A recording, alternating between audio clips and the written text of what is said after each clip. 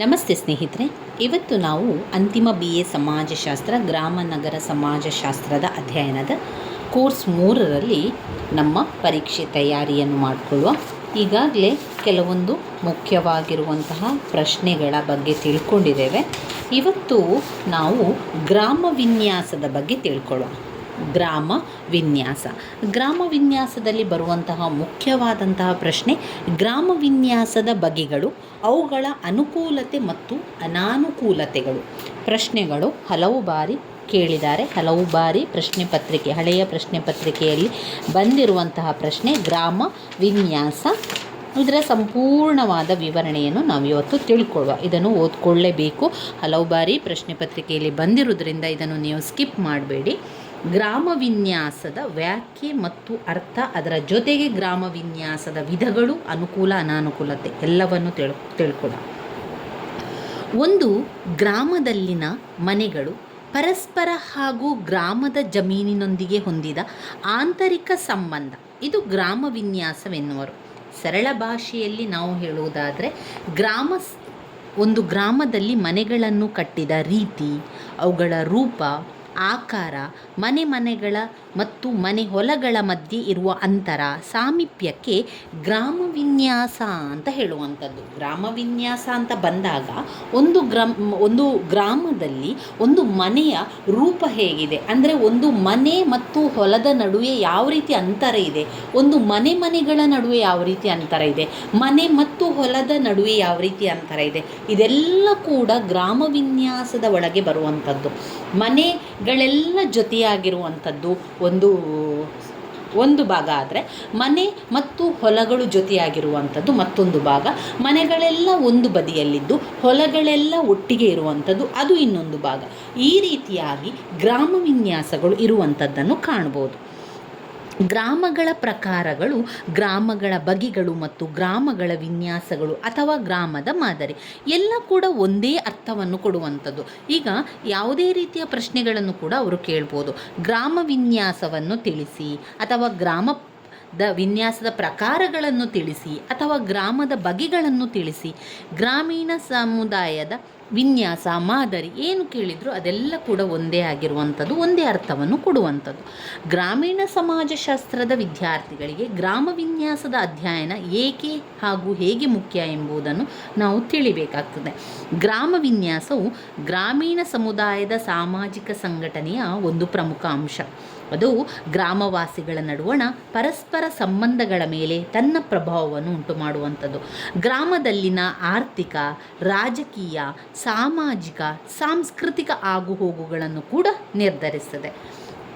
ಭಾಷೆ, ಧರ್ಮ, ನೃತ್ಯ, ಸಂಗೀತ, ರೀತಿ ನೀತಿಗಳು, ಲೋಕರೂಢಿಗಳು, ತರ್ಕಗಳು ಇತ್ಯಾದಿಗಳು ಒಂದು ಜನಾಂಗದ ಸಾಂಸ್ಕೃತಿಕ ಪರಂಪರೆಯ ಅವಿಭಾಜ್ಯ ಅಂಗಗಳಾಗಿದೆ. ಅದೇ ಪ್ರಕಾರ ಗ್ರಾಮ ವಿನ್ಯಾಸವು ಒಂದು ಜನಾಂಗದ ಸಾಂಸ್ಕೃತಿಕ ಪರಂಪರೆಯ ಒಂದು ಅವಿಭಾಜ್ಯ ಅಂಗ ಕೂಡ ಆಗಿರುವಂಥದ್ದು. ನಾವು ಮುಖ್ಯವಾಗಿ ಇದರಲ್ಲಿ ಗ್ರಾಮ ವಿನ್ಯಾಸದ ಬಗೆಗಳನ್ನು ತಿಳ್ಕೊಳ್ಳುವ. ಗ್ರಾಮ ವಿನ್ಯಾಸಗಳನ್ನು ಮುಖ್ಯವಾಗಿ 3 ಪ್ರಕಾರಗಳಾಗಿ ವಿಂಗಡಿಸಿದ್ದಾರೆ. 1 ಗುಂಪು ಮನೆಗಳ ಗ್ರಾಮಗಳು, 2 ಚದುರಿದ ಮನೆಗಳ ಗ್ರಾಮಗಳು ಹಾಗೂ ಸಾಲು ಮನೆಗಳ ಗ್ರಾಮಗಳು. ಈ 3 ಪ್ರಕಾರದ ಗ್ರಾಮಗಳ ಬಗ್ಗೆ ತಿಳಿತಾ ಅವುಗಳ ಅನುಕೂಲತೆಗಳು ಹಾಗೂ ಅನಾನುಕೂಲತೆಗಳ ಬಗ್ಗೆ ತಿಳಿತಾ ಹೋಗುವ. ಮೊದಲನೆಯದಾಗಿ ಗುಂಪು ಮನೆಗಳ ಗ್ರಾಮಗಳು. ಗುಂಪು ಮನೆಯ ಗ್ರಾಮ ಅಂದರೆ ಏನು? ಇದು ಪಾಯಿಂಟ್ಸಲ್ಲಿ ನಿಮಗೆ ಗೊತ್ತಿರುವ ರೀತಿಯಲ್ಲಿ ಮನೆಗಳೆಲ್ಲ ಗುಂಪಾಗಿರುವಂಥದ್ದು, ಹೊಲಗಳು ದೂರ ಪ್ರದೇಶದಲ್ಲಿ ಇರುವಂಥದ್ದು ಗುಂಪು ಮನೆಯ ಗ್ರಾಮಗಳಾಗಿರ್ತದೆ. ಈ ಗುಂಪು ಮನೆಯ ಗ್ರಾಮಗಳು ಪ್ರಾಚೀನವಾಗಿ ಇದ್ದಂತಹ ಒಂದು ಗ್ರಾಮ ಅಂತ ಹೇಳ್ಬೋದು. ತಜ್ಞರ ಪ್ರಕಾರ ಅಲೆಮಾರಿ ಜೀವನವನ್ನು ಸಾಗಿಸುತ್ತಿದ್ದಂತಹ ಆದಿಮಾನವರು ಭೂ ಸಾಗುವಳಿಯನ್ನು ಆರಂಭಿಸಿ ನೆಲೆಯೂರಿದ ಜೀವನವನ್ನು ಪ್ರಾರಂಭಿಸಿದಾಗ ಮೊಟ್ಟ ಮೊದಲಿಗೆ ಅಸ್ತಿತ್ವಕ್ಕೆ ಬಂದಂಥದ್ದು ಗ್ರಾಮ. ಅದರಲ್ಲಿ ಗುಂಪು ಮನೆಯ ಗ್ರಾಮಗಳು ಆಗಿದೆ. ಎಲ್ಲರೂ ಜೊತೆಯಾಗಿ ವಾಸಿಸಿದ್ರು, ಎಲ್ಲರೂ ಹತ್ತಿರ ಮನೆಗಳನ್ನು ಮಾಡಿಕೊಂಡು ಅಲ್ಲೇ ಅವರು ವಾಸವನ್ನು ಮಾಡ್ತಾಯಿದ್ರು. ತದನಂತರದಲ್ಲಿ ಮಾನವನ ಭೌತ ಸಂಸ್ಕೃತಿ ಪ್ರಗತಿಯಾದಂತೆ ಆತ ಹೊಸ ಹಾಗೆ ಬೇರೆ ಬೇರೆ ರೀತಿಯ ಒಂದು ವಿನ್ಯಾಸವನ್ನು ಮಾಡಲಿಕ್ಕೆ ಆರಂಭ ಮಾಡ್ತಾನೆ ಹೋಗ್ತಾನೆ. ಗುಂಪು ಮನೆಯ ಗ್ರಾಮಗಳು ಪ್ರಪ್ರಥಮವಾಗಿ ಅಸ್ತಿತ್ವಕ್ಕೆ ಬರಲು ಅನಿವಾರ್ಯ ಕಾರಣಗಳಿದ್ದವು.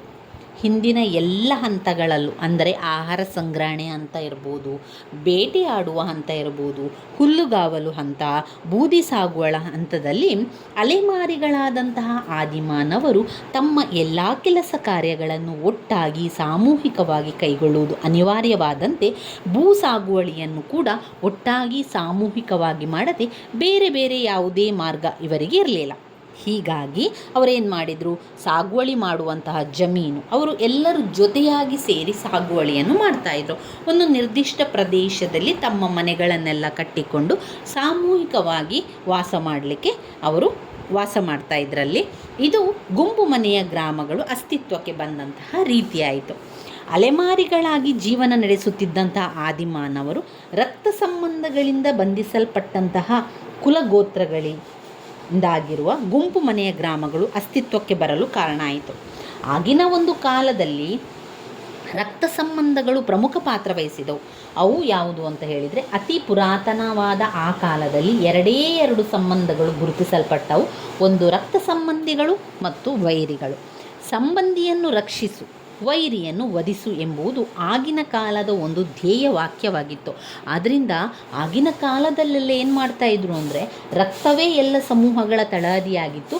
ಮುಂದೆ ಕಾಲ ಕಳೆದಂತೆ ಈ ರಕ್ತಕ್ಕಿದ್ದ ತಳಹದಿಯ ಸ್ಥಾನವನ್ನು ಭೂಮಿ ಆಕ್ರಮಿಸ್ತಾ ಹೋಯಿತು. ಗುಂಪು ಮನೆಯ ಗ್ರಾಮಗಳು ಪ್ರಪ್ರಥಮವಾಗಿ ಅಸ್ತಿತ್ವಕ್ಕೆ ಬರಲು ಮೂರನೆಯ ಕಾರಣ ಅಂತ ಹೇಳಿದರೆ, ಮಾನವರು ಹೊಸದಾಗಿ ಕಂಡುಹಿಡಿದ ಭೂ ಸಾಗುವಳಿ ಉದ್ಯೋಗ ವ್ಯವಸಾಯ. ಇದೇ ತಾನೇ ಹೊಸದಾಗಿ ಕಂಡುಹಿಡಿದ ಭೂ ಸಾಗುವಳಿ.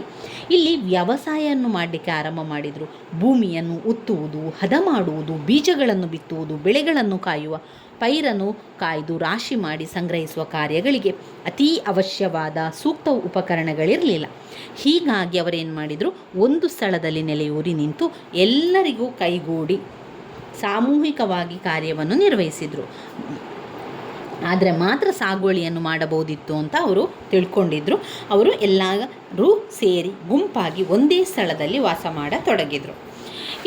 ಇದರಲ್ಲಿ ನೀವು ನೋಡಿ, ಗುಂಪು ಮನೆಯ ಗ್ರಾಮಗಳು ಮೊದಲು ಮನೆಗಳೆಲ್ಲ ಗುಂಪಾಗಿರುವಂಥದ್ದು, ನಂತರ ಬರುವಂಥದ್ದು ಹಿತ್ತಲಿನ ತೋಟ. ಈ ಒಂದು ಚಿತ್ರವನ್ನು ನೀವು ನಿಮ್ಮ ಉತ್ತರ ಪತ್ರಿಕೆಯಲ್ಲಿ ಮಾಡುವುದು ಒಳ್ಳೆಯದು, ಒಳ್ಳೆಯ ಅಂಕಗಳು ಸಿಗ್ತದೆ. ಮನೆಗಳು, ಗುಂಪು ಮನೆಗಳನ್ನು ಮಾಡಿಕೊಳ್ಳಿ. ನಂತರ ಹಿತ್ತಲಿನ ತೋಟ ಬರುತ್ತದೆ, ನಂತರ ದನಕರುಗಳು ಮೇಯುವ ಸ್ಥಳ, ನಂತರ ಸಾಗುವಳಿ ಮಾಡುವ ಹೊಲ, ನಂತರ ಬೀಳು ಜಮೀನು ಬರ್ತದೆ. ಕೊನೆಯದಾಗಿ ಬರುವಂಥದ್ದು ಅಡವಿ ಅಥವಾ ಅರಣ್ಯ ಅಂತ ಹೇಳುವಂಥದ್ದು. ಅರಣ್ಯ ಬರುವಂಥದ್ದು, ಕಾಡು ಬರುವಂಥದ್ದು, ಕೊನೆಯದಾಗಿ ಕಾಡು ಬರ್ತದೆ. ಇದರ ಅನುಕೂಲತೆಗಳು ಮತ್ತು ಅನಾನುಕೂಲತೆಗಳನ್ನು ನಾವು ನೋಡ್ತಾ ಹೋಗುವ. ಗುಂಪು ಮನೆಗಳ ಗ್ರಾಮಗಳ ಏನೆಲ್ಲ ಅನುಕೂಲತೆಗಳಿವೆ ಗುಂಪು ಮನೆಗಳಲ್ಲಿ? ಸಮಾಜಶಾಸ್ತ್ರದ ದೃಷ್ಟಿಯಿಂದ ಗುಂಪು ಮನೆಗಳಲ್ಲಿ ಕಂಡುಬರುವಂಥದ್ದು ನಾವು ನಮ್ಮವರು ಎಂಬ ಭಾವನೆ. ಜನರು ತಲೆಮಾರುಗಳ ಕಾಲ ಒಂದೇ ಸ್ಥಳದಲ್ಲಿ ಅಕ್ಕಪಕ್ಕದಲ್ಲಿ ವಾಸಿಸುವುದರಿಂದ ಅವರಲ್ಲಿ ನಾವು ನಮ್ಮವರು ಎಂಬ ಬಾಂಧವ್ಯ ಕುದುರುತ್ತದೆ. ಎರಡನೇದಾಗಿ ವೈರಿಗಳ ದಾಳಿಯಿಂದ ರಕ್ಷಿಸಲಿಕ್ಕೆ, ನರಭಕ್ಷಕ ಕಾಡು ಮೃಗಗಳ ಕಾಟದಿಂದ ಸಂರಕ್ಷಣೆಯನ್ನು ಹೆಚ್ಚು ಸಮರ್ಥವಾಗಿ ಮಾಡಿಕೊಳ್ಳಲಿಕ್ಕೆ, ಅಲ್ಲದೆ ಅತಿವೃಷ್ಟಿ, ಪೂರ, ಬಿರುಗಾಳಿ, ಬೆಂಕಿ ಮುಂತಾದ ನೈಸರ್ಗಿಕ ವಿಕೋಪಗಳು ಜರುಗಿದಾಗಲೂ ಅವರು ಒಬ್ಬರಿಗೊಬ್ಬರು ಸಹಾಯ ಹಸ್ತವನ್ನು ನೀಡಬಲ್ಲರು. ಮೂರನೇ ಪಾಯಿಂಟ್ ಆಗಿ, ಗುಂಪು ಮನೆಯ ಗ್ರಾಮಗಳಲ್ಲಿ ಆರ್ಥಿಕ ಸ್ವರೂಪದ ಕೆಲವೊಂದು ಪ್ರಮುಖ ಅನುಕೂಲತೆಗಳಿತ್ತು. ಆ ಗ್ರಾಮದ ಮಕ್ಕಳ ವಿದ್ಯಾರ್ಜನೆಯ ಕಾರ್ಯವನ್ನು ಪೂರೈಸಲು ಒಂದು ಶಾಲೆ, ಆ ಗ್ರಾಮದ ಜನರ ಆರೋಗ್ಯ ರಕ್ಷಣೆ ಮಾಡಲು ಒಂದು ಆಸ್ಪತ್ರೆ, ಗ್ರಾಮದ ಕಾಯ್ದೆ ಕಾನೂನಿನ ವ್ಯವಸ್ಥೆ ಮಾಡಲು ಒಂದು ಪೊಲೀಸ್ ಠಾಣೆ, ಅಂಚೆಗೆ ಸಂಬಂಧಿಸಿದ ಕಾರ್ಯ ಪೂರೈಸಲು ಅಂಚೆ ಕಚೇರಿ, ಸಹಕಾರಿ ಕಾರ್ಯಗಳನ್ನು ಪೂರೈಸಲು ಸಹಕಾರಿ ಸಂಘಗಳು. ಹೀಗೆ ವಿವಿಧ ಅಗತ್ಯ ಪೂರೈಕೆಗಳು ಒಂದೊಂದು ಸಂಘ ಸಂಸ್ಥೆಗಳಿದ್ದರೆ ಸಾಕು. ವಿಜ್ಞಾನಗಳ ಪ್ರಕಾರ ಗುಂಪು ಮನೆಯ ಗ್ರಾಮಗಳಲ್ಲಿ ಹುಟ್ಟಿ ಬೆಳೆದ ಜನರಲ್ಲಿ ಮಾನವೀಯತೆಯ ತಿರುಳಿನ ಗುಣಗಳಾದ ಪರಸ್ಪರ ಪ್ರೀತಿ, ದಯೆ, ಅನುಕಂಪ, ಕರುಣೆ ಇತ್ಯಾದಿಗಳನ್ನು ಕಾಣಬಹುದು. ಈ ಗ್ರಾಮಗಳಲ್ಲಿನ ಮಕ್ಕಳ ಸಾಮಾಜೀಕರಣ ಪ್ರಕ್ರಿಯೆಯಲ್ಲಿ ಮಾನವೀಯತೆಯ ಗುಣಗಳು ಅಂಕುರಿಸಿ ವೃದ್ಧಿಗೊಳ್ಳಲು ಅನುಕೂಲವಾಗಿದೆ. ಇನ್ನು ಗುಂಪು ಮನೆಯ ಗ್ರಾಮಗಳಲ್ಲಿ ಇರುವಂತಹ ಅನಾನುಕೂಲತೆಗಳ ಬಗ್ಗೆ ಕೂಡ ತಿಳ್ಕೊಳ್ಬೇಕು. ಏನೆಲ್ಲ ಅನಾನುಕೂಲತೆಗಳಿದೆ? ಗುಂಪು ಮನೆಯ ಗ್ರಾಮಗಳ ಒಂದು ಮುಖ್ಯ ಅನಾನುಕೂಲತೆ ಎಂದರೆ ಸಂಪ್ರದಾಯಬದ್ಧತೆ. ತಲೆತಲಾಂತರಗಳಿಂದ ಒಂದೇ ಸ್ಥಳದಲ್ಲಿ ಸಾಮೂಹಿಕವಾಗಿ ಜನರು ವಾಸಿಸುವುದರಿಂದ ಅವರುಗಳ ರೂಢಿ, ಪದ್ಧತಿ, ಆಚಾರ, ವಿಚಾರ ಹೆಪ್ಪುಗಟ್ಟಿ ಪ್ರಗತಿಪರ ಬದಲಾವಣೆಗಳಿಗೆ ತೊಡಕಾಗಿ ಪರಿಣಮಿಸುತ್ತದೆ. ಇಂತಹ ಗ್ರಾಮಗಳು ಆರೋಗ್ಯಕ್ಕೆ ಅನುಕೂಲಕವಾದ ಪರಿಸರವನ್ನು ಹೊಂದಿರುವುದಿಲ್ಲ. ನೂರಾರು ಇಲ್ಲವೇ ಸಾವಿರಾರು ಜನರು ಹಾಗೂ ಅವರೊಂದಿಗೆ ನೂರಾರು ಸಾವಿರಾರು ಪ್ರಾಣಿಗಳು ಒಂದೇ ಪ್ರದೇಶದಲ್ಲಿ ಇರೋದರಿಂದ ಅಲ್ಲಿ ಅನಾರೋಗ್ಯಕರವಾದ ವಾತಾವರಣ ಉಂಟಾಗ್ತದೆ. ಈ ಕಾರಣದಿಂದಾಗಿ ಇಂತಹ ಗುಂಪು ಮನೆಯ ಗ್ರಾಮಗಳಲ್ಲಿ ಜನರು ಅನೇಕ ರೋಗ ರುಜಿನಗಳಿಂದ ಬಳಲುವ ಸಾಧ್ಯತೆ ಹೆಚ್ಚಾಗಿರುತ್ತದೆ.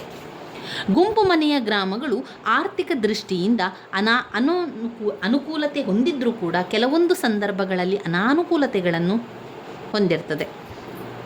ಗುಂಪು ಮನೆಯ ಗ್ರಾಮಗಳ ರಚನೆಯನ್ನು ಗಮನಿಸಿದಾಗ ಜನರ ವಾಸ ನಡು ಮಧ್ಯದ ವರ್ತುಲದಲ್ಲಿದ್ದರೆ ಅವರು ಸಾಗುವಳಿ ಮಾಡುವ ಜಮೀನು ಮೂರನೇ ವರ್ತುಲದಲ್ಲಿರ್ತದೆ. ಅಂದರೆ ಸ್ವಲ್ಪ ದೂರ ಇರುವಂಥದ್ದು. ಆ ಪ್ರದೇಶಕ್ಕೆ ಅವರಿಗೆ ಹೋಗಬೇಕು ಅಂತಾದರೆ ಸ್ವಲ್ಪ ಸಮಯ ಹಿಡಿತದೆ. ತಮ್ಮ ತಮ್ಮ ಜಮೀನುಗಳಿಗೆ ಹೋಗಿ ಇಡೀ ದಿನ ಅಲ್ಲಿ ದುಡಿದು ತಿರುಗಿ ಸಾಯಂಕಾಲ ತಮ್ಮ ಎತ್ತುಗಾಡಿ ಅಥವಾ ಯಾವುದೇ ಒಂದು ಇದರಲ್ಲಿ ತಮ್ಮ ಮನೆಗೆ ಹಿಂದಿರುಗಬೇಕು. ಹೀಗೆ ನೂರಾರು ರೈತರು ದಿನಂಪ್ರತಿ ತಮ್ಮ ಹೊಲಗಳಿಗೆ ಹೋಗಿ ಬರುವ ಅನಿವಾರ್ಯತೆಯು ಆರ್ಥಿಕ ದೃಷ್ಟಿಯಿಂದ ಹಾನಿಕರವಾದದ್ದು. ರೈತರು ಗುಂಪು ಮನೆಗಳ ಗ್ರಾಮದಲ್ಲಿ ವಾಸಿಸದೆ ತಮ್ಮ ಜಮೀನಿನ ಮಧ್ಯದಲ್ಲಿ ಅಥವಾ ಅದರ ಪಕ್ಕದಲ್ಲಿ ಮನೆ ಕಟ್ಟಿಕೊಂಡು ವಾಸವಾದದ್ದೇ ಆದರೆ ಆ ಅನಗತ್ಯ ಆರ್ಥಿಕ ಹಾನಿ ತಪ್ಪಿಸಬಹುದಾಗಿದೆ. ಇನ್ನು ಈ ಗುಂಪು ಮನೆಗಳ ಗ್ರಾಮಗಳ ಇನ್ನೊಂದು ಕೊರತೆ ಏನೆಂದರೆ ವರ್ಷದಿಂದ ವರ್ಷಕ್ಕೆ ಕುಂದುವ ಮಾನವ ಮತ್ತು ಜಮೀನು ನಡುವಿನ ಅನುಪಾತ ಪ್ರಮಾಣ. ಪ್ರತಿ ವರ್ಷ ಜನಸಂಖ್ಯಾ ಪ್ರಮಾಣ ಬೆಳೆಯುವುದರಿಂದ ಜಮೀನಿನ ಪ್ರಮಾಣ ಯಥಾಸ್ಥಿತಿಯಲ್ಲಿ ಉಳಿಯುವುದಿಲ್ಲ. ಈ ತೊಂದರೆ ಹುಟ್ಟಿಕೊಳ್ಳುವುದು ಅನಿವಾರ್ಯ. ಹೀಗಾಗಿ ಜಮೀನಿನ ಮೇಲೆ ಒತ್ತಡ ಹೆಚ್ಚಾಗಿ ಜಮೀನು ಛಿದ್ರೀಕರಣಗೊಂಡು ಆರ್ಥಿಕ ಮಿತವ್ಯಯಕ್ಕೆ ಬಾಧೆಯಾಗಿ ಅದು ಪರಿಣಮಿಸ್ತಾ ಹೋಯಿತು. ಇದು ಅನಾನುಕೂಲತೆಗಳು. ಇವಿಷ್ಟು ಗುಂಪು ಮನೆಗಳ ಬಗ್ಗೆ ನಾವು ತಿಳ್ಕೊಂಡಿರುವಂತಹ ಅನುಕೂಲತೆಗಳು ಮತ್ತು ಅನಾನುಕೂಲತೆಗಳಾಗಿದೆ. ಇನ್ನು ಬರುವಂಥದ್ದು ಚದುರಿದ ಮನೆಗಳ ಗ್ರಾಮಗಳು. ಚದುರಿದ ಮನೆಯ ಗ್ರಾಮಗಳ ಬಗ್ಗೆ ತಿಳ್ಕೊಂಡು ಚದುರಿದ ಮನೆಯ ಗ್ರಾಮಗಳ ಅನುಕೂಲತೆಗಳು ಮತ್ತು ಅನಾನುಕೂಲತೆಗಳನ್ನು ಕೂಡ ತಿಳ್ಕೊಳ್ಬೇಕು. ಚದುರಿದ ಮನೆಯ ಗ್ರಾಮ ಅಂದರೆ ಏನು? ಈ ಚದುರಿದ ಮನೆಯ ಗ್ರಾಮದಲ್ಲಿ ವಾಸಿಸುವ ಜನರು ಮನೆಗಳನ್ನು ಗುಂಪು ಗುಂಪಾಗಿ ಕಟ್ಟಿಕೊಳ್ಳದೆ ತಾವು ಎಲ್ಲಿ ಸಾಗುವಳಿ ಮಾಡ್ತಾರೆ, ಎಲ್ಲಿ ಬೆಳೆಗಳನ್ನು ಬೆಳೆಸ್ತಾರೆ ಆ ಜಮೀನಿನ ಮಧ್ಯದಲ್ಲಾಗಲಿ ಅಥವಾ ಜಮೀನಿನ ಪಕ್ಕದಲ್ಲಿಯೇ ಮನೆಗಳನ್ನು ಕಟ್ಟಿಕೊಳ್ತಾರೆ. ಹೀಗಾಗಿ ಇಂತಹ ಗ್ರಾಮಗಳಿಗೆ ಚದುರಿದ ಮನೆಯ ಗ್ರಾಮಗಳೆಂದು ಕರೆಯುತ್ತೇವೆ. ಇವುಗಳಿಗೆ ಹೊಲ ಮನೆಗಳೆಂದು ಕರೆಯುವುದುಂಟು. ಚದುರಿದ ಗ್ರಾಮಗಳು 17ನೇ ಶತಮಾನದ ಮುಂಚಿನ ಅವಧಿಯಲ್ಲಿ ಕೂಡ ಅಮೇರಿಕದಿಂದ ಬಳುವಳಿಯಾಗಿದೆ. ಪ್ರಪಂಚದ ಇತರ ಭಾಗಗಳಲ್ಲಿ ಈ ಬಗೆಯ ಗ್ರಾಮಗಳು ಕಂಡುಬಂದರೂ ಕೂಡ ಯುರೋಪಿನ ಜನರು ವಲಸೆ ಬಂದು ನೆಲೆಸಿದ್ರಿಂದಾಗಿ ಅಮೇರಿಕದಲ್ಲಿ, ಆಸ್ಟ್ರೇಲಿಯಾ, ನ್ಯೂಜಿಲ್ಯಾಂಡ್, ದಕ್ಷಿಣ ಆಫ್ರಿಕಾದಲ್ಲಿ ಇದು ಹೆಚ್ಚಾಗಿದೆ ಅಂತ ತಿಳಿದು ಬಂದಿರುವಂಥದ್ದು. ಚದುರಿದ ಮನೆಯ ಗ್ರಾಮಗಳು. ಚದುರಿದ ಮನೆಯ ಗ್ರಾಮದಲ್ಲಿ ಕೂಡ ಅನುಕೂಲತೆಗಳು ಮತ್ತು ಅನಾನುಕೂಲತೆಗಳನ್ನು ಕಾಣ್ಬೋದು. ಅವರು ಇಲ್ಲಿ ಇತಿಹಾಸವನ್ನು ಅವರು ಹೇಳ್ತಾ ಇದ್ದಾರೆ. ಅಂದರೆ ಹೊಸದಾಗಿ ಆವಿಷ್ಕರಿಸಿದ ಅಮೇರಿಕಾದಲ್ಲಿ ಯುರೋಪಿನ ಬಿಳಿ ಜನ ಕಾಲಿಟ್ಟಾಗ ಹೊಲ ಮನೆ ಗ್ರಾಮಗಳನ್ನು ಪರಿಚಯಿಸಲಾಯಿತು ಎಂಬುದು ಐತಿಹಾಸಿಕ ಬೆಳವಣಿಗೆಯನ್ನು ಅವಲೋಕಿಸಿದಾಗ ಕಂಡುಬಂದಂಥ ವಿಚಾರ. ಈ ಗ್ರಾಮಗಳ ಬಗ್ಗೆ ವಿವರಿಸುತ್ತಾ ಲಿನ್ ಸ್ಮಿತ್ ಎಂಬ ಅಮೇರಿಕಾದ ಗ್ರಾಮೀಣ ಸಮಾಜಶಾಸ್ತ್ರಜ್ಞರು ಹೀಗೆ ಹೇಳ್ತಾರೆ: ಗುಂಪು ಮನೆಯ ಗ್ರಾಮಗಳು ಚದುರಿದ ಮನೆಗಳುಳ್ಳ ಗ್ರಾಮಗಳಿಗೆ ಪರಿವರ್ತನೆಗೊಂಡು ಇಲ್ಲಿ ಅಮೇರಿಕಾ ದೇಶದ ಇತಿಹಾಸವನ್ನೇ ಅದಲು ಬದಲು ಮಾಡಿದ ಒಂದು ಪ್ರಕ್ರಿಯೆ. ಅದೇ ದಾಟಿಯಲ್ಲಿ ಮುಂದುವರಿದು ಅವರು ಇನ್ನೊಂದು ವಿಷಯವನ್ನು ಪ್ರಸ್ತಾಪನೆ ಮಾಡ್ತಾರೆ. ಅದೇನೆಂದರೆ, ಈ ಚದುರಿದ ಮನೆಗಳುಳ್ಳ ಗ್ರಾಮಗಳು ಯಾವಾಗ ಹಾಗೂ ಯಾವ ಕಾರಣದಿಂದ ಅಸ್ತಿತ್ವಕ್ಕೆ ಬಂದವೆಂದು ಕಂಡುಹಿಡಿಯುವುದು ಒಂದು ಅಸಾಧ್ಯವಾದ ಕೆಲಸ ಎನ್ನುವುದು. ಅಮೇರಿಕಕ್ಕೆ ಸಂಬಂಧಿಸಿದ ನೂರಾರು ಐತಿಹಾಸಿಕ ಗ್ರಂಥಗಳನ್ನು ಹಾಗೂ ಈ ವಿಷಯಕ್ಕೆ ಸಂಬಂಧಿಸಿದ ಅನೇಕ ಪ್ರಮಾಣಪತ್ರ ದಾಖಲೆಗಳನ್ನು ತಿರುವು ಹಾಕಿದರೂ ಈ ಪರಿವರ್ತನೆ ಹೇಗಾಯಿತು, ಯಾಕಾಯಿತು ಎಂದು ಹೇಳುವುದು ಕಷ್ಟ ಅಂತ ಅವರು ಹೇಳ್ತಾ ಇದ್ದಾರೆ. ಚದುರಿದ ಮನೆಗಳ ಗ್ರಾಮಗಳ ಉಗಮ ಹಿಂದಿರುವ ಈ ಕೆಲವೊಂದು ಕಥೆಗಳನ್ನು ನೋಡಿದರೆ ನಾವು ಮುಖ್ಯವಾಗಿ ಇದರಲ್ಲಿ ನಮಗೆ ಗೊತ್ತಾಗಿರುವಂಥದ್ದು, ಚದುರಿದ ಮನೆಗಳ ಗ್ರಾಮಗಳು ಆಯಾಯ ಅವರ ಒಂದು ಹೊಲಗದ್ದೆಗಳ ಒಂದು ಪಕ್ಕದಲ್ಲಿ ಅಥವಾ ಅವರ ಜಮೀನಿನ ನಡುವಿನಲ್ಲಿ ಮನೆಗಳನ್ನು ಕಟ್ಟಿಕೊಂಡು ವಾಸ ಮಾಡುವಂಥದ್ದು. ಇದರ ಅನುಕೂಲತೆಗಳು ಮತ್ತು ಅನಾನುಕೂಲತೆಗಳ ಬಗ್ಗೆ ಕೂಡ ತಿಳ್ಕೊಳ್ಳುವ. ಚದುರಿದ ಮನೆಗಳ ಗ್ರಾಮಗಳ ಅನುಕೂಲತೆಗಳು ಅಂತ ಹೇಳಿದರೆ, ಭೂ ಮಾಲೀಕನು ತನ್ನ ಜಮೀನಿನ ನಡುವೆ ಅಥವಾ ಅದರ ಹತ್ತಿರದಲ್ಲಿ ಮನೆಗಳನ್ನು ಕಟ್ಟಿಕೊಳ್ಳುವುದರಿಂದ ಭೂ ಸಾಗುವಳಿ ಹಂತದಲ್ಲಿ ಉಂಟಾಗುವಂತಹ ಆ ಹಂತದಲ್ಲಿ ಜಾಗರೂಕತೆ ವಹಿಸಿ ಭೂ ಸಾಗುವಳಿಯು ಅತ್ಯಂತ ಯೋಗ್ಯ ರೀತಿಯಿಂದ ಆಗಲಿಕ್ಕೆ ಸಹಾಯ ಆಗ್ತದೆ. ಗುಂಪು ಮನೆಗಳ ಗ್ರಾಮಗಳಂತೆ ದಿನಂಪ್ರತಿ 2 ಸಲ ಮನೆಯಿಂದ ಹೊಲಕ್ಕೆ, ಹೊಲದಿಂದ ಮನೆಗೆ ಹೋಗಿ ಬರಲು ಅನಾವಶ್ಯಕವಾಗಿ ವ್ಯಯವಾಗುವ ಸಮಯ, ಹಣ ಹಾಗೂ ಶಕ್ತಿ ಕೂಡ ಉಳಿತಾಯ ಆಗ್ತದೆ. ವಿಶಾಲವಾದ ಜಮೀನನ್ನು ಹೊಂದಿದ ಇಂತಹ ಗ್ರಾಮದಲ್ಲಿ ವ್ಯವಸಾಯದ ಆಧುನೀಕರಣ ಸಾಧ್ಯವಾಗ್ತದೆ. ಹೀಗಾಗಿ ಒಕ್ಕಲುತನದಿಂದಾಗಿ ರೈತಾಪಿ ಜನರು ಸಮಗ್ರ ದೇಶಕ್ಕೆ ಸಾಕಾಗುವಷ್ಟು ಆಹಾರವನ್ನು ಹಾಗೂ ಬೃಹತ್ ಉದ್ಯಮಗಳಿಗೆ ಬೇಕಾಗುವ ಕಚ್ಚಾ ಸರಕುಗಳನ್ನು ಉತ್ಪಾದಿಸುವಂತಾಯಿತು. ಇದರಿಂದಾಗಿ ವ್ಯವಸಾಯವು ಲಾಭದಾಯಕ ವೃತ್ತಿಯಾಗಿ ಆಹಾರದ ಅಭಾವವು ಕೂಡ ಒಂದು ಗತ ವಿಷಯವಾಯಿತು. ಜನಸಂಖ್ಯಾ ಒತ್ತಡವು ಕೂಡ ಕಡಿಮೆಯಾಯಿತು. 10-15 ಜನ ಮಾಡುವಂತಹ ಕೆಲಸವನ್ನು ಕೇವಲ ಒಂದು ಯಂತ್ರ ಮಾಡಿ ಮುಗಿಸುವಂತಾಯಿತು. ಯಾಂತ್ರೀಕರಣದಿಂದಾಗಿ, ವ್ಯವಸಾಯದಲ್ಲಿನ ಯಾಂತ್ರೀಕರಣದಿಂದಾಗಿ ಭೂಮಿಯ ಮೇಲಿನ ಜನಸಂಖ್ಯಾ ಒತ್ತಡ ಕೂಡ ಕಡಿಮೆ ಆಗ್ತಾ ಹೋಯಿತು. ಇಂತಹ ಗ್ರಾಮಗಳಲ್ಲಿ ಭೂಮಿಯ ಮೇಲೆ ಜನಸಂಖ್ಯಾ ಒತ್ತಡವಿಲ್ಲದೆ ಇರುವುದರಿಂದ ಜಮೀನಿನ ಛಿದ್ರೀಕರಣ ಪ್ರಮೇಯ ಕೂಡ ಇರದು. ಗುಂಪು ಮನೆಯ ಗ್ರಾಮಗಳಲ್ಲಿ ಕಂಡುಬರುವ ಅನಾರೋಗ್ಯ ಪರಿಸರದ ವಾತಾವರಣ ಇಂತಹ ಚದುರಿದ ಮನೆಯಲ್ಲಿ ಒತ್ತಡವಿಲ್ಲದ ಅಂಟು ರೋಗಕ್ಕೆ ಆಸ್ಪದವಿಲ್ಲ.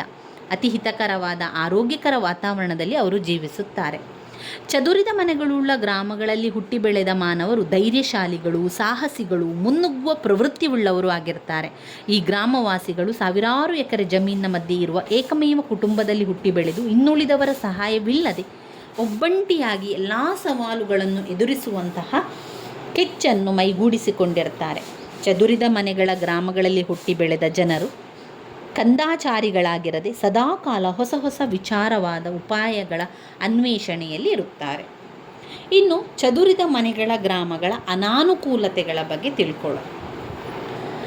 ಚದುರಿದ ಮನೆಯ ಗ್ರಾಮಗಳ ಅನಾನುಕೂಲತೆಗಳಂತ ಹೇಳಿದರೆ, ನಾವು ನಮ್ಮವರೆಂಬ ಬಾಂಧವ್ಯ ಈ ಗ್ರಾಮಗಳಲ್ಲಿ ಅಪರೂಪ. ನಾವು ನಮ್ಮವರೆಂಬ ಸ್ಥಾನದಲ್ಲಿ ನಾನು, ನನ್ನದು ಎಂಬ ಭಾವನೆ ಹೆಚ್ಚಾಗಿ ಕಂಡುಬರ್ತದೆ. ಪರಸ್ಪರ ಪ್ರೀತಿ, ಸದ್ಭಾವನೆ, ದಯೆ, ಕರುಣೆ ಇತ್ಯಾದಿ ಮಾನವೀಯ ಗುಣಗಳ ಅಭಾವ ಈ ಒಂದು ಚದುರಿದ ಮನೆಯ ಗ್ರಾಮಗಳಲ್ಲಿ ಕಾಣಬಹುದು. ಗುಂಪು ಮನೆಯ ಗ್ರಾಮಗಳಲ್ಲಿ ಕಂಡುಬರುವ ಸಾಮೂಹಿಕ ಜೀವನ, ಆರ್ಥಿಕ ಅನುಕೂಲತೆಗಳಾದ ಗ್ರಾಮಕ್ಕೊಂದು ಶಾಲೆ, ಅಂಚೆ ಕಚೇರಿ, ಆಸ್ಪತ್ರೆ, ಸಹಕಾರಿ ಸಂಘ ಈ ಗ್ರಾಮಗಳಲ್ಲಿ ಕಂಡುಬರಲಾರದ್ದರಿಂದ ಅಲ್ಲಿನ ನಿವಾಸಿಗಳು ಸವಲತ್ತು ಪಡೆಯಲು ಹೆಚ್ಚಿನ ಹಣ, ಸಮಯ, ಶಕ್ತಿಯನ್ನು ಉಪಯೋಗಿಸಬೇಕಾಗುತ್ತದೆ. ಸಾಂಸ್ಕೃತಿಕ ಇತಿಹಾಸಗಾರರು ಹೇಳುವ ಪ್ರಕಾರ ಇಂತಹ ಗ್ರಾಮಗಳಲ್ಲಿ ಕಾಯ್ದೆ ಕಾನೂನು ಸುವ್ಯವಸ್ಥೆಯನ್ನು ಕಾಪಾಡುವುದು ಕಷ್ಟ ಸಾಧ್ಯ. ಇವಿಷ್ಟು ಚದುರಿದ ಮನೆಯ ಗ್ರಾಮಗಳ ಬಗ್ಗೆ ಮತ್ತು ಅವುಗಳ ಅನುಕೂಲತೆ ಮತ್ತು ಅನಾನುಕೂಲತೆಗಳ ಬಗ್ಗೆ ಆಯಿತು. ಇನ್ನು ಬರುವಂತಹ 3ನೇ ಪಾಯಿಂಟ್ ಸಾಲು ಮನೆಯ ಗ್ರಾಮಗಳು. ಸಾಲು ಮನೆಯ ಗ್ರಾಮಗಳ ಬಗ್ಗೆ ತಿಳ್ಕೊಳ್ಳುವ ಹಾಗೂ ಸಾಲು ಮನೆಯ ಗ್ರಾಮಗಳ ಅನುಕೂಲತೆಗಳ ಬಗ್ಗೆ ಕೂಡ ತಿಳ್ಕೊಳ್ಬೇಕು. ಅನುಕೂಲತೆಗಳು ಮತ್ತು ಅನಾನುಕೂಲತೆಗಳ ಬಗ್ಗೆ ಕೂಡ ನಾವು ತಿಳ್ಕೊಳ್ಬೇಕು. ಸಾಲು ಮನೆಯ ಗ್ರಾಮಗಳು ಅಂತ ಬಂದಾಗ, ಸಾಲು ಮನೆಯ ಗ್ರಾಮಗಳಲ್ಲಿ ಜನವಸತಿಯ ಮನೆಗಳು ಒಂದು ಗುಂಪಿನಲ್ಲಿರದೆ ಅವು ಸಾಲು ಸಾಲಾಗಿ ಕಟ್ಟಿರುತ್ತಾರೆ. ಈ ತರಹದ ಗ್ರಾಮಗಳನ್ನು ನಾವು ಹೆಚ್ಚಾಗಿ ಹೊಳೆ, ಹಳ್ಳಗಳ ದಡದಲ್ಲಿ, ಸಾಗರದ ತೀರದಲ್ಲಿ, ಸರೋವರಗಳ ಅಂಚಿನಲ್ಲಿ, ಕಾಲುವೆ ಮತ್ತು ಪ್ರಮುಖ ರಾಜಮಾರ್ಗಗಳ ಎಡಬಲದಲ್ಲಿ ಕಾಣಬಹುದು. ಸಾಲು ಮನೆಯ ಗ್ರಾಮಗಳು ಹೆಸರಿಗೆ ಹೇಳುವಂತೆ ಸಾಲಾಗಿ ಮನೆಗಳಿರುವಂಥದ್ದು ಮತ್ತು ಅಲ್ಲಿ ಅವರ ಒಂದು ಜಮೀನು ಸ್ವಲ್ಪ ದೂರದಲ್ಲಿರುವಂಥದ್ದು. ಸಾಲು ಮನೆಯ ಗ್ರಾಮಗಳು ಮಾನವನ ಇತಿಹಾಸದಲ್ಲಿ ಅತಿ ಪ್ರಾಮುಖ್ಯತೆ ಪಾತ್ರ ವಹಿಸ್ತದೆ. ಅವುಗಳನ್ನು ಮಾನವನ ಸಂಸ್ಕೃತಿಯ ತೊಟ್ಟಿಲುಗಳೆಂದು ಕರೆಯಲಾಗ್ತದೆ. ಇನ್ನು ಸಾಲು ಮನೆಯ ಗ್ರಾಮಗಳು ಅತಿ ಪ್ರಾಚೀನ ಇತಿಹಾಸವನ್ನು ಹೊಂದಿದ್ದರೂ ಕೂಡ ಗುಂಪು ಮನೆಗಳ ಗ್ರಾಮಗಳ ಸಮಕಾಲೀನ ಗ್ರಾಮಗಳೆಂದು ಹೇಳಲಾಗದು. ಗುಂಪು ಮನೆಯ ಗ್ರಾಮಗಳ ಅಸ್ತಿತ್ವಕ್ಕೆ ಬಂದ ತುಸು ಕಾಲದಲ್ಲಿ ನಂತರ ಸಾಲು ಮನೆಯ ಗ್ರಾಮಗಳು ಕೂಡ ಬಂದಿರುವಂಥದ್ದು. ಅಂದರೆ ಮೊಟ್ಟ ಮೊದಲ ಕಾರಣ ಅಂತ ಹೇಳಿದರೆ ನೀರಿನ ಪೂರೈಕೆ, ಹೊಳೆ, ಹಳ್ಳ, ನೀರಿನ ಸಂಗ್ರಹಣಕ್ಕಾಗಿ ಮಾನವನಿಗೆ, ಆತನು ಸಾಕಿದ ಪಶು ಪ್ರಾಣಿಗಳಿಗೆ, ಸಾಗುವಳಿ ಮಾಡುವ ಜಮೀನಿಗೆ ಅತಿ ಅವಶ್ಯಕವಾಗಿ ನೀರು ಬೇಕಾಗಿರುವುದರಿಂದ ಅವರು ನದಿ ತೀರದಲ್ಲಿ ವಾಸಿಸುವ ಜನರು ನದಿ ತೀರದಾಚೆಗೆ ವಾಸಿಸುವ ಜನರಿಗಿಂತ ಹೆಚ್ಚು ನಿಸರ್ಗ ವಿಕೋಪಗಳಾದ ಬರಗಾಲ, ಅನಾವೃಷ್ಟಿಗಳಿಂದ ಅಬಾಧಿತರಾಗಿದ್ದರು. ಇದುವೇ ಅವುಗಳ ಅನುಕೂಲತೆಗಳಾದ್ದು. ಯಾಕೆ ಅವರು ಸಾಲು ಮನೆಗಳ ಗ್ರಾಮಗಳನ್ನು ಮಾಡಿದರು? ಅವರ ಅನುಕೂಲತೆಗಳೇನು? ಯಾಕಂದರೆ ಅವರಿಗೆ ಸಾಗುವಳಿ ಮಾಡಲಿಕ್ಕೆ ನೀರಿನ ಅವಶ್ಯಕತೆ ಇದ್ದರಿಂದ ಅವರು ಹಳ್ಳ, ಕೊಳದ ಬಳಿ, ಕೆರೆಯ ಬದಿಯಲ್ಲಿ ಮನೆಗಳನ್ನು ಕಟ್ಟಲಿಕ್ಕೆ ಆರಂಭ ಮಾಡಿದರು.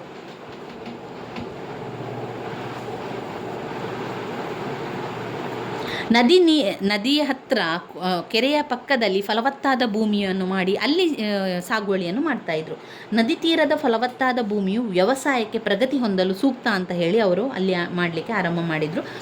ಜಲಸಂಗ್ರಹದ ಬದಿಯಲ್ಲಿ ಗ್ರಾಮಗಳ ಉಗಮಕ್ಕೆ ಮೂರನೇ ಕಾರಣ ಅಂತ ಹೇಳಿದರೆ ಸಾರಿಗೆಯ ಅನುಕೂಲತೆಗಳು. ಸಾರಿಗೆಯಲ್ಲಿ 3 ಮುಖ್ಯ ಮಾರ್ಗ ಅಂತ ಹೇಳಿದರೆ ರಸ್ತೆ ಸಾರಿಗೆ, ವಾಯು ಸಾರಿಗೆ, ಜಲ ಸಾರಿಗೆ. ಈ 3 ತೆರನಾದ ಸಾರಿಗೆಗಳಲ್ಲಿ ಜಲ ಸಾರಿಗೆ ಅತ್ಯಂತ ಕಡಿಮೆ ಖರ್ಚಿನದೆಂದು ಹೇಳ್ಬೋದು. ಹೀಗಾಗಿ ಗ್ರಾಮಗಳು ಜಲಸಂಗ್ರಹದ ಮಗ್ಗುಲಲ್ಲಿ ಉಗಮಗೊಂಡವು. ಜಲಸಂಗ್ರಹವು ಮೀನು ಮುಂತಾದ ಜಲವಾಸಿ ಜೀವಿಗಳ ರೂಪದಲ್ಲಿ ಆಹಾರವನ್ನು ಒದಗಿಸುತ್ತದೆ. ಹೀಗಾಗಿ ಜಲಸಂಗ್ರಹದ ಬದಿಯಲ್ಲಿನ ಲಂಬಾಕಾರದ ಗ್ರಾಮಗಳ ನಿವಾಸಿಗಳ ತಮ್ಮ ಆಹಾರ ಸಂಗ್ರಹವನ್ನು ಜಲವಾಸಿ ಜೀವಿಗಳಿಂದ ಹೆಚ್ಚಿಸಿಕೊಳ್ಳಬಹುದಾಗಿತ್ತು. ಈ ರೀತಿಯಾಗಿ ಅನೇಕ ಅನುಕೂಲತೆಗಳಿಗಾಗಿ ಅವರು ಸಾಲು ಮನೆ ಗ್ರಾಮಗಳನ್ನು ಮಾಡ್ತಾರೆ. ನಂತರ ಅನಾನುಕೂಲತೆಗಳು ಕೂಡ ಇರ್ತದೆ. ಸಾಲು ಮನೆಗಳ ಗ್ರಾಮಗಳ ಅನಾನುಕೂಲತೆಗಳು ಅಂತ ಬಂದಾಗ, ಚದುರಿದ ಮನೆಗಳುಳ್ಳ ಗ್ರಾಮಗಳಂತೆ ಇಂತಹ ಗ್ರಾಮಗಳು ಕೂಡ ಸಾಮೂಹಿಕ ಜೀವನದ ಕೆಲವೊಂದು ಆರ್ಥಿಕ ಅನುಕೂಲತೆಯಿಂದ ವಂಚಿತರಾಗ್ತಾರೆ. ಈ ಗ್ರಾಮಗಳಲ್ಲಿ ಮನೆಗಳು ಒಂದು ಸ್ಥಳದಲ್ಲಿ ಗುಂಪು ಗುಂಪಾಗಿ ರಚಿತವಾಗಿರುವುದಿಲ್ಲವಾದ್ದರಿಂದ ಅಲ್ಲಿ ಒಂದೇ ಶಾಲೆ, ಒಂದೇ ಅಂಚೆ ಕಚೇರಿ, ಒಂದೇ ಆಸ್ಪತ್ರೆ, ಒಂದೇ ಸಹಕಾರಿ ಸಂಘ ಹೊಂದುವುದು ಅಸಾಧ್ಯ. ಆದ್ದರಿಂದ ಇಂತಹ ಗ್ರಾಮಸ್ಥರು ಈ ಎಲ್ಲ ಸೌಕರ್ಯಗಳನ್ನು ಪಡೆದುಕೊಳ್ಳಲಿಕ್ಕೆ ಅಪಾರ ಹಣ, ಸಮಯ, ಶಕ್ತಿ ಕೂಡ ಉಪಯೋಗ ಮಾಡಬೇಕಾಗ್ತದೆ. ಕೆಲವೊಂದು ಸಲ ಅವರ ಜೀವನದ ಮೂಲಾಧಾರವಾದ ಜಲಸಂಗ್ರಹಣೆ ಅವರಿಗೆ ಕುತ್ತಾಗಿ ಸಾವಾಗಿ ಪರಿಣಮಿಸುವ ಪ್ರಸಂಗಗಳು ಕೂಡ ಬಂದೊದಗ್ತದೆ. ಸುಂಟರಗಾಳಿ, ಮಹಾಪೂರ ಆ ಗ್ರಾಮವನ್ನೇ ನಾಶ ಮಾಡಿ ಅಲ್ಲಿನ ಜನರನ್ನು ಅತೀವ ಸಂಕಷ್ಟಕ್ಕೆ ಒಳಪಡಿಸ್ತದೆ. ಸ್ವಾಭಾವಿಕ ವಿಪತ್ತುಗಳು ಹಾಗೆ ಆಗುವಂಥ ಸಂಭವ ಕೂಡ ಹೆಚ್ಚಾಗಿ ಇರ್ತದೆ. ಇದು ಸಾಲುಮನೆಯ ಗ್ರಾಮಗಳ ಅನುಕೂಲತೆ ಮತ್ತು ಅನಾನುಕೂಲತೆಗಳಾಗಿದೆ.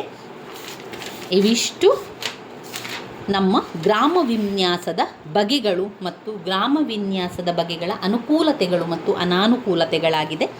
ಗುಂಪು ಮನೆಯ ಗ್ರಾಮಗಳು, ಚದುರಿದ ಮನೆಯ ಗ್ರಾಮಗಳು, ಸಾಲು ಮನೆಯ ಗ್ರಾಮಗಳು. ಇದನ್ನು ಅವರು 5 ಅಂಕಕ್ಕೆ ಯಾವ ರೀತಿ ಕೂಡ ಕೇಳ್ಬೋದು. ಗ್ರಾಮದ ವಿನ್ಯಾಸದ ಬಗೆಗಳು, ಮಾದರಿಗಳ ಬಗೆಗಳು ಅಂತ, ಅಥವಾ ಗ್ರಾಮ ವಿನ್ಯಾಸದಲ್ಲಿ ಯಾವುದೇ ಮನೆಗಳ ಬಗ್ಗೆ ಕೇಳಿ ಅದರ ಅನುಕೂಲತೆಗಳು ಮತ್ತು ಅನಾನುಕೂಲತೆಗಳನ್ನು ತಿಳಿಸಿ ಅಂತ ಕೂಡ ಕೇಳ್ಬೋದು. ಇವಿಷ್ಟು ತುಂಬಾ ಮುಖ್ಯವಾಗಿರುವಂಥದ್ದು. ಇದನ್ನು ಪಾಯಿಂಟ್ಸನ್ನು ನಿಮ್ಮ ಪಾಯಿಂಟ್ಸ್ ಬುಕ್ಕಲ್ಲಿ ಬರ್ಕೊಳ್ಳಿ. ನನ್ನ ವೀಡಿಯೋಸ್ ಎಲ್ಲ ನಿಮಗೆ ಇಷ್ಟ ಆಗ್ತಾ ಇದ್ದರೆ ಲೈಕ್ ಕೊಡಿ, ಶೇರ್ ಮಾಡಿ, ಸಬ್ಸ್ಕ್ರೈಬ್ ಮಾಡಲಿಕ್ಕೆ ಮರಿಬೇಡಿ ಸ್ನೇಹಿತರೆ. ಧನ್ಯವಾದಗಳು. ಮುಂದಿನ ವಿಡಿಯೋದಲ್ಲಿ ನಾವು ಇನ್ನಷ್ಟು ಮುಖ್ಯವಾದಂತಹ ಪ್ರಶ್ನೆಗಳ ವಿವರಣೆಗಳನ್ನು, ಪಾಯಿಂಟ್ಸ್ಗಳನ್ನೆಲ್ಲ ತಿಳ್ಕೊಳ್ಳುವ. ಗ್ರಾಮೀಣ ಸಮಾಜದ ಗುಣಲಕ್ಷಣಗಳು, ಗ್ರಾಮ ನಗರಗಳ ನಡುವಿನ ವ್ಯತ್ಯಾಸ, ಇವುಗಳನ್ನೆಲ್ಲ ತಿಳ್ಕೊಳ್ತಾ ಹೋಗುವ. ಧನ್ಯವಾದಗಳು.